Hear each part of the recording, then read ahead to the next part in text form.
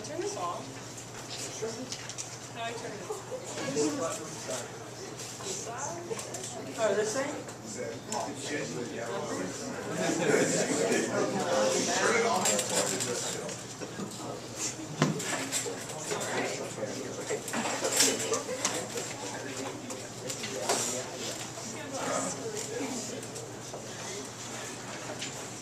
Winston Churchill eloquently stated, "You make a living by what you get, but you make a life by what you give."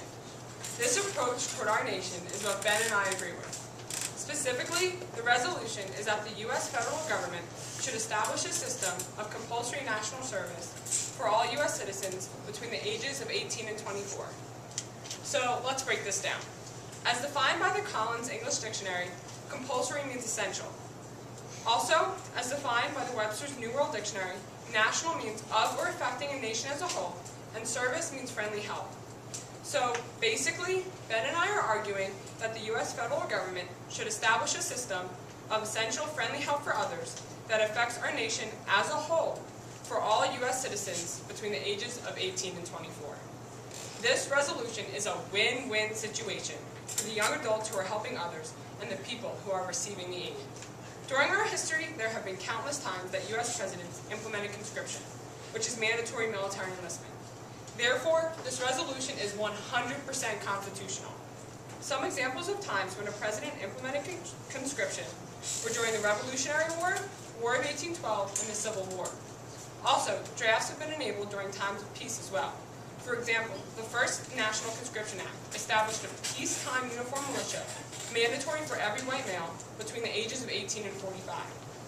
Now, why would our government enable a draft?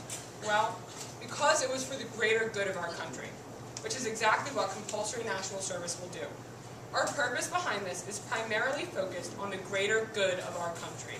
To be clear, we are not arguing for conscription. We are arguing for national service. The difference is that conscription is a military draft, and national service is any service that helps our nation. Additionally, as the economy slows and nonprofit organizations struggle to provide services on smaller budgets, volunteers become even more vital to the health of our nation's communities.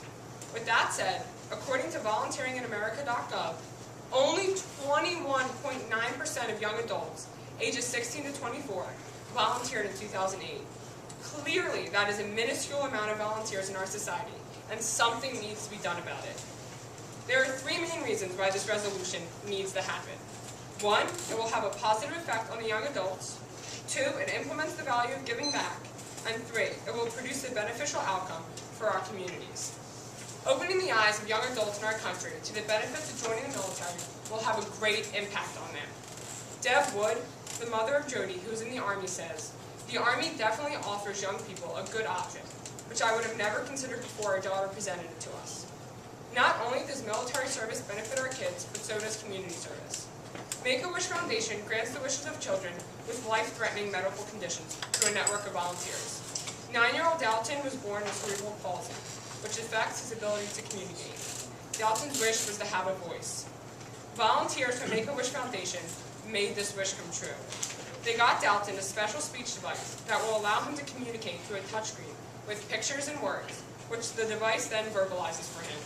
Now, imagine all the wishes that could be granted, and all the sick children who would now smile if everyone was helping others in need. Second, community service implements the value of giving back. An example is that Anna Maria manages to find time both for school and for volunteering with World Vision. World Vision is an organization that is dedicated to working with children, families, and their communities to overcome poverty and injustice. She said, "I learned that people can do good things for others without expecting anything in return." This is just one example of a young adult who learned the value of giving back through national service. Third, this resolution will have a positive effect on our country and community. According to TeenViolenceStatistics.com, right now, more than 24,500 gangs are active in the U.S. 772,500 people are members of gangs in the U.S., and gun violence puts us further in debt, with it costing us more than $100 billion a year. Compulsory national service will help reduce gang violence in America. Statistics show that people who join gangs do it for a number of reasons. The first reason is because they grow up in a neighborhood where being part of a gang is basically the way of life. With our plan, compulsory national service will become the way of life, not gang violence. The second reason people join gangs is because they are looking for a sense of power and respect. By implementing compulsory national service, every citizen who takes part will have their own sense of respect and power, whether to sue the military or in a community service-based program. For example, the street that was once referred to as the worst block in the San Francisco Valley is now being transformed through a community service effort. Residents are pulling together to build community pride, self-esteem, and keep their youth from becoming crime statistics. In fact, more children are finishing high school, and the community just honored students graduating from elementary, middle, and high school. Higo Gomez, 16, says, "When I was a little kid, I wanted to be a gangster because that's all I knew. But he changed his mind after attending a youth leadership meeting and saw kids like him turning themselves around." This one success story could turn into thousands across our nation if every citizen dedicated a portion of their time to helping others.